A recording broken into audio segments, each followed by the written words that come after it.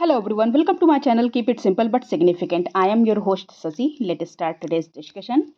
Anti-defection law was passed in which constitutional amendment act? किस constitutional amendment act में anti-defection law पास किया गया था? तो ये था 52nd constitutional amendment act और ये आया था 1985 में.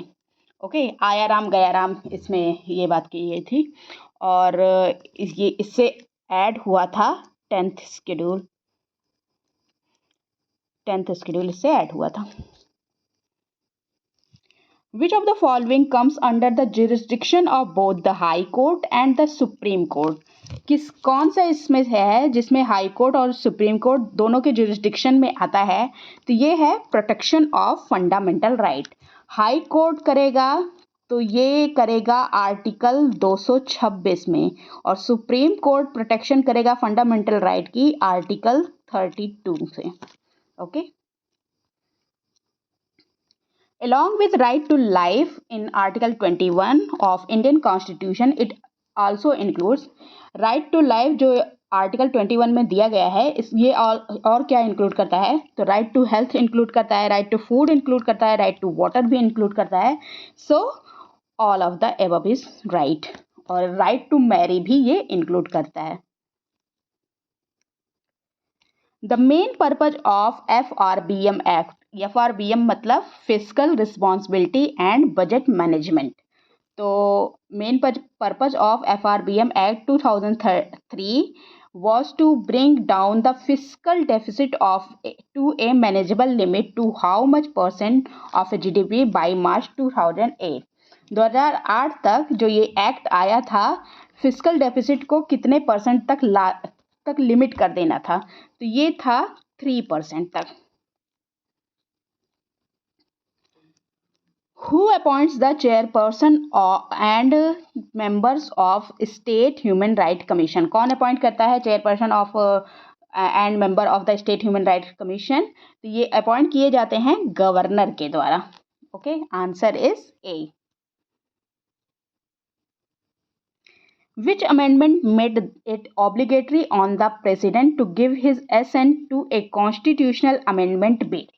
तो कौन सा है इसमें, कौन सा अमेंडमेंट था जिसमें प्रेसिडेंट को ऑब्लिगेटरी किया गया कि आपको अपना असेंट देना है कॉन्स्टिट्यूशनल अमेंडमेंट बिल अगर आता है तो ये 24th अमेंडमेंट एक्ट था और ये आया था 1971 में. Okay. Which one of the following countries has tricameral legislature with one house for ethnic group?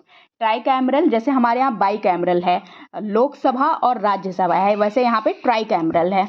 तो इसमें एक एथनिक ग्रुप भी है. तो ये है country south Africa. Answer is a. Which of the following is contained in the 8th schedule of Indian Constitution? कौन सा है जो 8th schedule है इंडियन कॉन्स्टिट्यूशन के?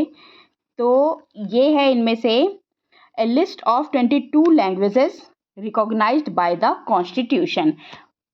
जो हमारे कॉन्स्टिट्यूशन में पहले ओरिजिनली दी गई थी 14 लैंग्वेजेस, फिर उसके बाद अमेंडमेंट के द्वारा कई और सारी लैंग्वेजेस को शामिल किया गया. पहले तो हुआ था 21st कॉन्स्टिट्यूशनल अमेंडमेंट एक्ट 1967 में, जिसमें हमने सिंधी को शामिल किया था. फिर उसके बाद 1992 में हमने 71st अमेंडमेंट एक्ट हुआ, हमने शामिल किया बोडो, डोगरी, मैथिली और संथाली को. बोडो, डोगरी, मैथिली और संथाली ये 92nd अमेंडमेंट एक्ट में शामिल हुए थे और 71st में शामिल हुआ था कोंकणी, मणिपुरी और Nepali. Max Weber, an influential German sociologist, is related to which of the following administrative concept? किससे रिलेटेड हैं मैक्स वेबर? तो ये हैं ब्यूरोक्रेसी से related. Answer is B. Max Weber is an influential German sociologist who is related to the concept of bureaucracy. और इन्होंने अपनी एक बुक दी थी जिसका नाम था रेशनल लीगल. इसमें इन्होंने डिफाइन किया था model and attempts to explain bureaucracy from the rational point of view. Constitution of India guarantees which of the following to the state of India? Constitution of India क्या guarantee करता है? तो देखिए, territorial integrity को नहीं guarantee करता, sovereignty को guarantee नहीं करता, राइट टू सेसीड फ्रॉम यूनियन ये भी नहीं. So the answer is D. The constitution of India does not guarantee any of the above of the state to the state. Sorry. That's all for today. If you like my video, please do like, comment, share and subscribe. Thank you.